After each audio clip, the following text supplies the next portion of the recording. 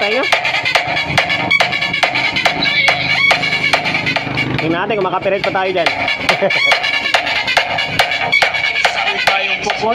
Mas maganda talaga yung tunog nito against dito. Welcome to my vlog. Ayun, pasingit na video. Kasi dito si Sir Yan, kukuha ng unit niya. Yung pinagawa niya sa akin na Sakura na EV733. 737. May vlog rin naman yan. Tapos, problemado sa may driver unit niya kasi 3 beses na daw to lagi nasusunog. Yung Broadway na BCS na 450. Kaya sabi ko sa kanya, dalhin mo rito. Gawa natin ng paraan para medyo matibay-tibay naman yung unit mo. Tagapagong silang to si Sir Yun Marami to, sukan ko na to. Suki ko na pinapagawa rito yung mga unit niya. Suki ko na. Bali ito nga, yung driver unit niya is BCS na Broadway 450. Malaki na ito, malakas na ito, 450 watts Tapos, kwan din may mga kapwa talaga tayong technician na minsan magulang. Sabi pinalitan hindi naman, ni-repair lang. Dali yan. Tapos pinalitan ko na ito, bago na yung ito, Broadway rin na coil. Brand new ito, nilagay ko. Kita naman ni Sir, brand new yung nilagay natin Yung isa is na save, okay pa. Ang diskarte kasing connection niyan, nakaganito, naka-parallel yung 10 ohms. Na meron akong video niyan na pinaglaban ko yung parallel against sa series. Nauna nasisira yung parallel against sa naka-series. Kaya mas advisable na para sa akin, yung isi-series mo yung resistor kaysa sa i-parallel mo. So ngayon, bali gagawa natin ng diskarte yung driver unit niya. Kasi napalitan na itong driver unit. Siyempre, patitibayin natin. Bali, katulad sa mga content natin sa previous vlog ko, yung series bulb. Ang gagamitin natin na kapasitor. Sabi ko sa kanya, tanggalin mo na yung kapasitor mo. Bali, ito na yung gagamitin natin. 2 UF na 400 volts. Starting kapasitor ng electric fan ito. Bali, si-series natin sa ito. Yung pinakamamahal nating bombilya. Si-series natin to dito. Typical lang din naman, kabisado na ng mga manunood natin ito.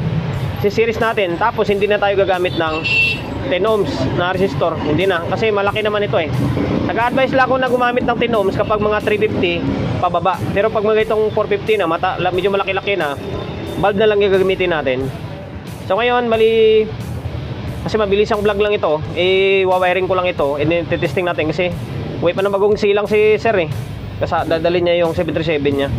So ngayon, stay tuned lang kayo. Bali, i-wiring ko lang para mas mabilis tayo. Tapos ko na siya i-wiring. Kasi 6:27 na ng gabi Bali, ito yung 737 na ginawa ko. Sa kay Bossing din to. Marami na kami rito. Si paring Michael, ito si Bossing din, customer natin. Bali, ganyan yung diskarte natin na pag-wiring.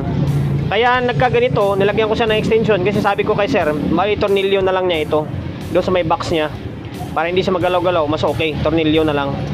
Tapos yan, kasi may nakabang na siya wire doon, dinudugtong na lang niya dito, tapos i-screw na lang ito. Dalawa yan, diba? Mas maganda siya tingnan. Tapos ito, diretso lang ito, mali diretso ground to or negative, tapos ito positive. Tapos hindi na tayo gagamit ng resistor, hindi na. Wala nang resistor na to. Diretso na lang natin. May bulb naman tayo para mas matinis yung tunog niya. Tapos ito nga 737 yung gagamitin natin. Bali, connect natin isang channel lang muna. Yan, pa isa lang. Teka lang So ngayon guys, bali ito. Unahin natin itong isa. Yan, naka-connect na ito dito. Ito isang linya lang yung kinuha natin sa amplifier. Tapos audio source natin is itong cellphone natin na isa. Full volume natin. Try natin yung battle mix kasi markado tayo kay paring Meta. Nakakapirit tayo. Ayun, ito. Ito ni-repair natin ang 737 niya. Ito nga, yun Ito, pinalitan ko na to.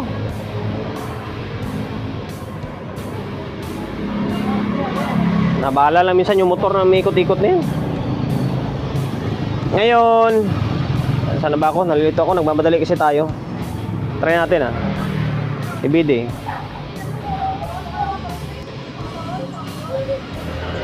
Wala try natin. Yan. Ayan mandar na. Ito yung mandar Hawakan mo sir. Yan. Todo natin.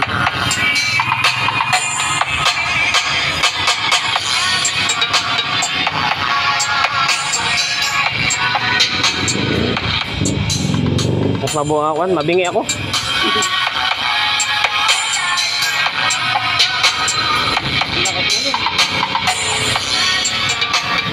Pansinin nyo, 737 na nag-drive niya na, halos hindi pa umilaw yung bulb. Hindi pa ako gumamit ng 10 ohms niyan. Mag-iilaw lang yung bulb na yan kapag yung malakas na yung tunog ng amplifier o source ng audio na pumapasok sa amplifier natin. May processor si sir, lalong mas malakas pa yan.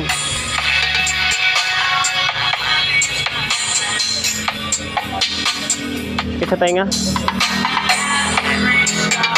Ano, full volume na. Post pala yung nagluloko pala yung kwago, yung cellphone ko naka-post pala. Kala ko nadali na.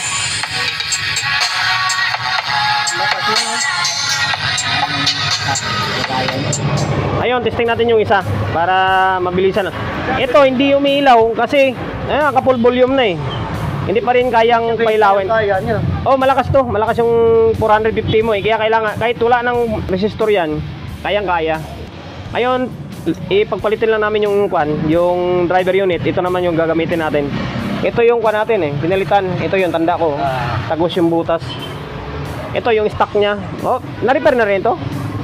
Repair na rin pala to. Ito yung pinalitan natin ng coil.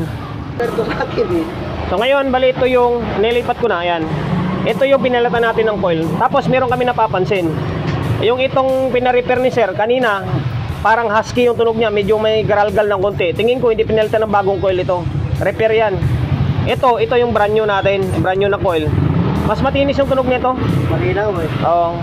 Ito, magpalit lang ako ng music. Delikado. Original music na naman yun. Remix pero markado tayo dun. Try natin mag-gragatak. Ayan.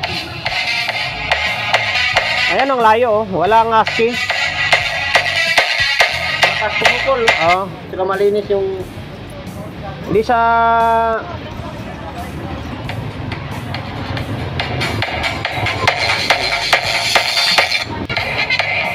Ayan. Kasi tayo na. Tingnan natin kung makapirit pa tayo dyan. Mas maganda talaga yung tunog nito against dito. Ito kasi repair ito. Itong bagong pinalitan natin na coil. Ayun, baka sabihin nyo hindi umiilaw yung bulb. Hindi gumagana. Gumagana yan yung connection. Tingnan nyo. Hindi lang siya umiilaw dahil wala pa siyang nasasagap na over voltage or parang DC yung dating ba. Iilaw lang yan kapag overdrive na. Yung tipong kailangan na ng tulong ng driver unit. Saka siya iilaw. Ibig sabihin, yung driver unit natin, kaya pa niya yung 737. Wala pang kanya na, wala pang 10 ohms. Kasi hindi ako gumagamit ng 10 ohms kapag yung 400 watts pataas. Gumagamit lang ako nun, 350 pababa. Para mas pino yung tunog niya. Ayan o.